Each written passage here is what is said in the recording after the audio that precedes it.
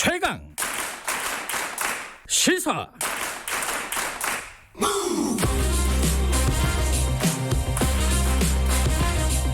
지금 여러분께서는 김경래 기자의 최강 시사를 듣고 계십니다.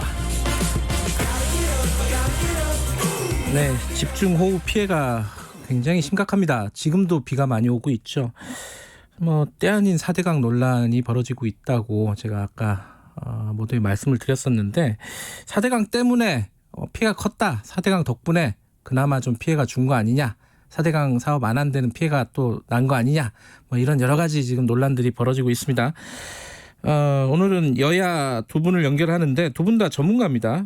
미래통합당 송석준 의원은 국토부에서 오랫동안 공직생활을 하신 분이고, 열린민주당 김진애 의원은 건축 전문가시죠. 먼저 미래통합당 연결해 보겠습니다. 송석준 의원 나와 계십니다. 안녕하세요. 예, 안녕하세요, 김현권님. 네, 반갑습니다. 예, 경기도 이천이 지역구시죠? 예, 맞습니다. 이천도 좀 피해가 심각하다고 들었어요. 어때요, 이천은? 예, 맞습니다. 우리 이천 지역도 네. 전례 없는 이 집중호우로 인해서 네. 예, 우리 산양저수지가 축조 이래 55년 만에 처음으로 이렇게 제방이 붕괴되는 사고가 있었고요. 네. 예, 그것도 특히 남북권의 그 산에 많은 산사태가 나면서 네. 예, 사찰이라든가 인근 민가에 많은 피해가 발생하고, 네. 예, 특히 지천들의 어떤 범람으로 네. 많은 농지가 침수해서 특히 시설농들의 피해가 좀 아주 크고, 유농사에도 막대한 좀 피해가 예. 발생하고 있습니다. 4대강 얘기를 좀 해보면요. 예. 송 의원님께서 4대강 사업을 안 했으면은 이번에 피해가 더 컸을 것이다, 이렇게 얘기를 했는데, 예. 이 4대강 효과가 어디서 어떻게 나타났다는 말이죠, 구체적으로? 예, 4대강 정비의 핵심은 이제 그 준서를 통해서 우리 물에 물그릇을 키우고, 특히 네. 제방을 슈퍼 제방으로 이제 보강하는 네. 그런 내용이 핵심이지 않겠습니까? 거기에다가 이제 그 시민들의 편의 시설을 또 이런 고수부지를 통해서 이제 제공하는 여러 가지 다목적으로 이제 정비를 했는데요. 네.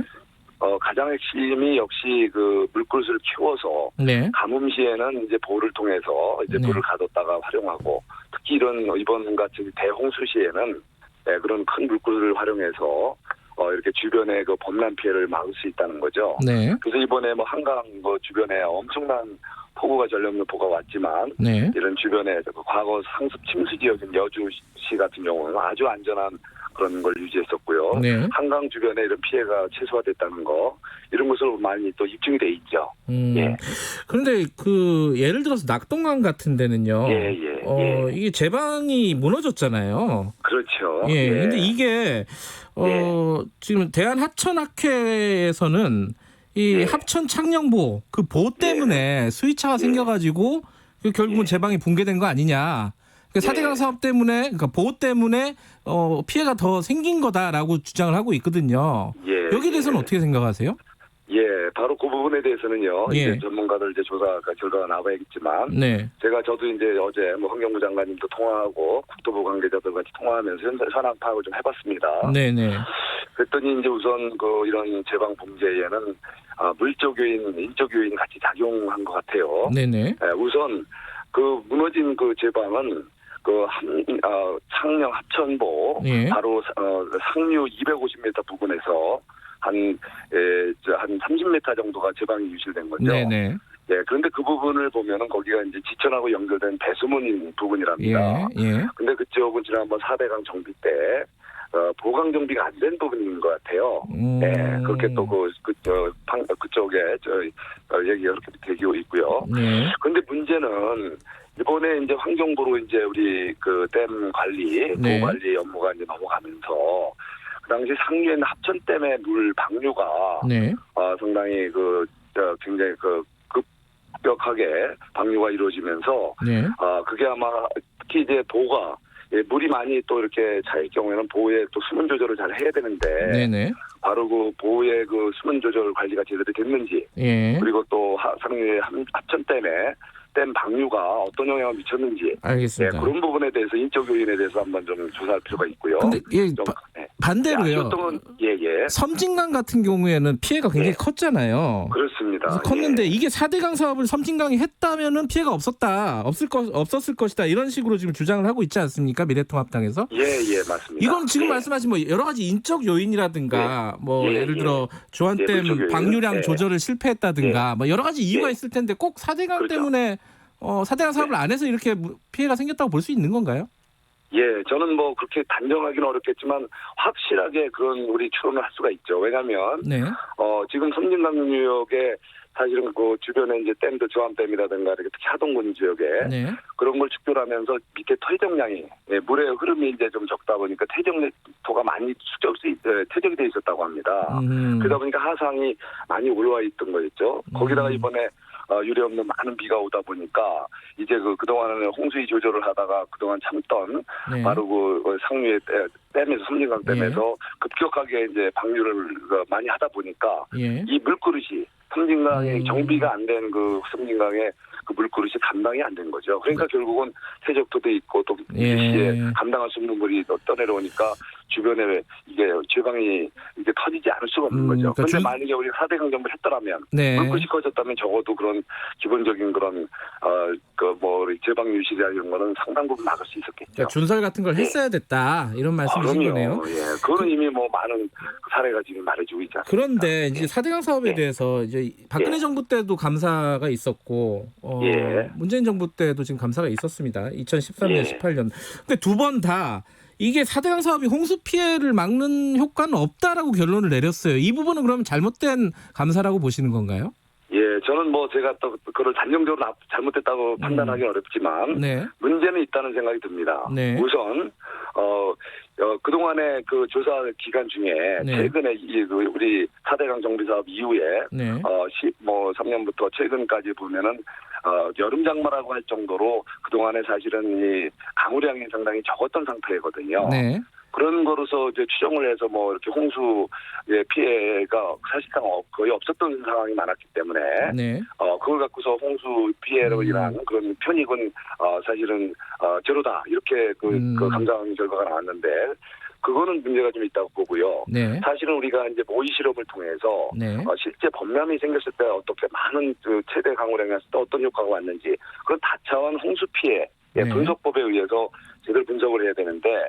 18년 감사원 결과에서 나온 홍수 피해로 인한 무슨 예방 효과는 제로다. 그건 좀 너무 납득하기 어려운 그런 거죠. 이번에 문재인 대통령이 홍수 피해 관련된 효과가 어떻게 되는지 다시 한번 좀 점검해 보자라고 한 부분은 동의를 하시는 거네요. 그럼요. 이번에 잘 됐어요. 이번에 이런 대홍수가 왔고 지금 한강, 금강, 우리 낙동강 우리 이쪽 그 4대강 정비를 한 이런 지역에 대해서 한번 특히 그 과거에 우리 금강의 보를 해체하려고 했던 부분이 있었는데요.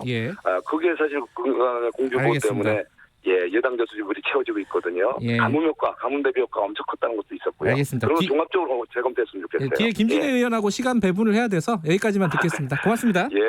고맙습니다. 미래통합당 송석준 의원이었고요. 바로 연결하죠. 열린민주당 김진애 의원님 연결하겠습니다. 의원님 나와 계시죠? 안녕하세요. 네, 안녕하십니까. 지금 말씀 들으셨죠? 송석준 의원. 잘 들었습니다. 일단은 그런 얘기를 했어요. 섬진강 관련해서는 이게 준설 같은 걸 해서 물그릇을 키워놨어야 되는데 그렇지 못해갖고 이 피해가 컸다는 거예요. 이건 어떻게 보십니까? 일단 물그릇을 키워서 홍수를 예방할 수 있다라는 건 지금과 같은 집중호우, 더군다나 기후 변화에 의한 이런 위기에서는 굉장히 좀 말이 안 되는 얘기라고 생각이 되고요. 일단은 용량을 벗어난 거 아닙니까 이번에도. 그러니까는 용량이 벗어나다 보니까 이게 수위가 올라가고 그러다 보니까 한꺼번에 방류를 했기 때문에 섬진강에서도 문제가 생겼고 낙동강에서도 마찬가지로 그런 부분 때문에 보호 상류 부분에서 문제가 생겼던 거죠. 그러니까 물그릇으로 이 자연의 엄청난 양을 담을 수 있다라고 하는 거는 저는 불가능한 얘기라고 생각이 되고요. 근본적으로 보라고 하는 게 그냥 좀 상식적으로 생각을 하시면 좋겠습니다.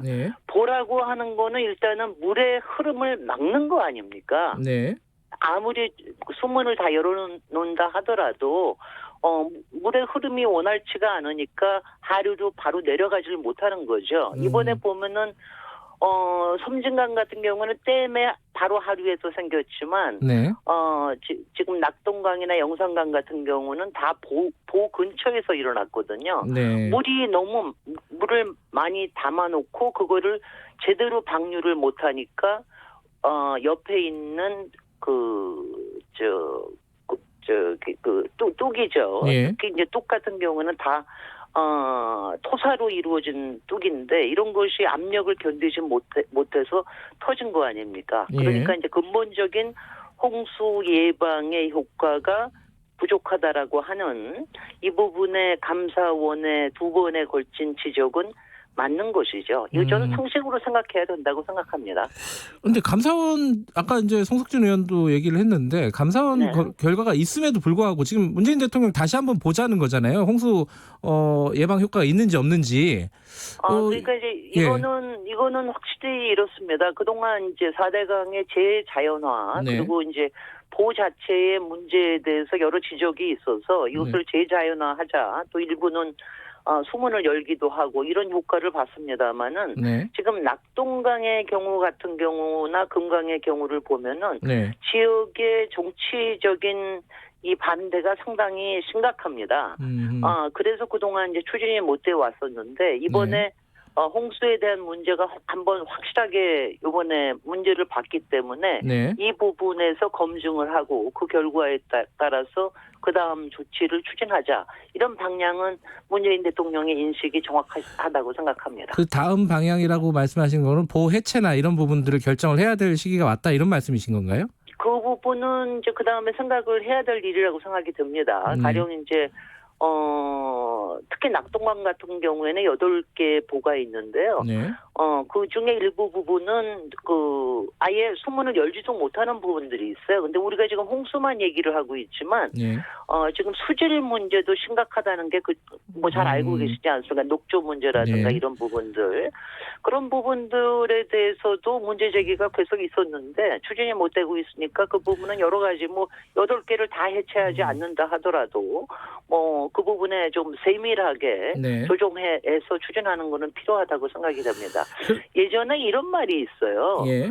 옛말에 3년 가뭄은 견뎌도 석 달 장마는 못 견딘다라는 그런 말이 있어요. 저는 이번에 그 옛말이 정말 맞다라는 생각을 했는데요. 예. 그러니까 가뭄에 대해서 여러 가지 물을 대비를 하고 깨끗한 물을 대비를 하고 하는 거는 그 나름대로 필요하겠습니다만은 이렇게 재앙 수준으로 오는 이런 집중호우의 문제 같은 경우에 대해서는 아주 철저하게 분석하고 사후 조치를 취해야 된다고 봅니다. 그러니까 본질적으로요. 지금 이제 미래통합당이 주장하는 거는 네. 그 4대강 사업을 한 본류에서는 피해가 크지 않지 않았느냐. 지금 피해가 집중되는 데는 지천 지류고 이번 섬진강 같이 4대강 사업을 안 한 데 피해가 집중된 거 아니냐. 이 주장이거든요. 그거는 4대강 사업 전에도 그랬고요. 항상 본류에서는 크게 문제가 안 생깁니다. 워낙 준솔이나 이런 것들이 워낙 양이 크고 잘 흘러가게 해놓기 때문에 네. 항상 지류 쪽에서 문제가 생겼는데 4대강 사업은 그걸 거꾸로 한 것이죠.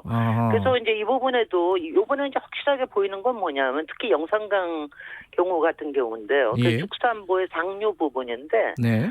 죽산보의 그 수위가 올라가니까 물이 지천으로 역류를 하는 거예요. 근데 그런 물그릇을 어떻게 담는단 말입니까? 물을 흘려보내야 되죠. 이번에 영산강에서 사실 가장 효과를 본 거는 저류지라는 효과가 있었어요. 저류지는 이제 물이 갑자기 많이 올 때 담아두는 효과가 있습니다. 예. 그런 부분처럼 그런 걸 만들어줘야지 보를 통해서 물의 흐름을 막는다라고 하는 거는 굉장히 어리석은 짓이라고 저는 보고요. 솔직히 지금 이제 이번에 그 미래통합당에서 네. 4대강 사업의 교용성이라고 하는 걸 다시 들고 나오는 거에 대해서는 저는 일종의 미래통합당의 트라우마라고 봅니다. 근데 이제 그런 트라우마를 좀 이겨내야 된다고 봐요. 그러니까 상식과 과학적인 근거에 따라서 결정을 하는 그리고 정책 실패에 대해서 인정하고 그 오류를 바로 잡아나가는 이런 태도가 필요하지. 그리고 저도 아직 현장에 가보진 못했습니다. 네. 현장에서 이제 전문가들이 하는 모니터만 제가 지금 체크하고 있는데 저도 다음 주일에 비가 그치면 현장에 나가볼 건데요. 이렇게 좀 현장에 가고 과학적으로 얘기하시는 분들에 대해서 귀를 열어야지 그렇지 않고 예전에 했던 그 논리를 계속해서 똑같이 반복하시면 그거는 문제가 있다고 생각이 되고요. 예. 이번에 대통령께서 그런 작업을 해주실 거로 믿습니다. 마지막에 짧게요. 그 지금 환경부로 홍수관리 업무가 이전이 됐잖아요. 물관리가. 그것 때문에 이번 피해가 컸다 이렇게 송석준 의원은 주장하고 있거든요. 여기에 대해서는 어떻게 생각하세요? 이게 이제 상당히 딜레마인데요. 예. 이거 두 개를 좀 일원화하는 건 필요합니다. 국토부 쪽에서 이제 시설 관리를 예. 하고 저쪽에서는 이제 물 관리를 하는데 환경부에서는 물 관리. 예. 그 부분에 대해서는 어떻게 하든지 좀 통합 일원화하는 그런 작업들 이런 예. 것들은 향후 필요하리라고 생각이 됩니다. 이것도요. 네. 당시에 국토부 쪽에서 4대강 사업이나 이런 거 하는 데서 하도 많이 반대를 했기 때문에 그런 문제가 있었거든요. 알겠습니다. 그래서 이거는 별도로 해야 될 필요가 있다고 봅니다. 여기까지 듣겠습니다. 고맙습니다.